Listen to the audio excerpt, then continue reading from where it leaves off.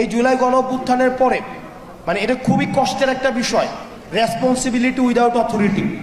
আজকে দেখেন কোনো একটা কাজ, কোনো একটা আন্দোলন হচ্ছে, সেখানে গিয়ে আমি কিছু করে দিতে পারছি না, যদি যাই তাহলে বলা হয় কোন কারণে আপনি এখানে আসছেন, আপনি এখানে আসবেন কেন, আসবে উপদেষ্টারা।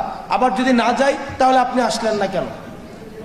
মানে এটা হচ্ছে এক ধরনের মানে এটা একটা খুব পেইনফুল একটা বিষয়। আপনার রেসপন্সিবিলিটি থাকে কিন্তু অথরিটি থাকে না।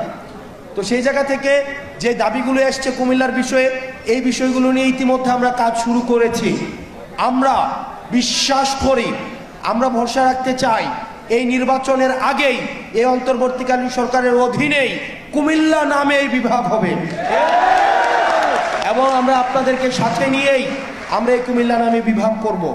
দ্বিতীয়ত যে ইনফ্রাস্ট্রাকচারাল যে বিষয়গুলো রয়েছে, এয়ারপোর্টের কথা, ইপিজেটের কথা, কর্মসংস্থানের কথা, এই বিষয়গুলো এগুলো হচ্ছে ডুয়েবল, এগুলো হচ্ছে প্র্যাগম্যাটিক দাবি এবং এই বিষয়গুলো হচ্ছে পর্যালোচনার মধ্যে রয়েছে।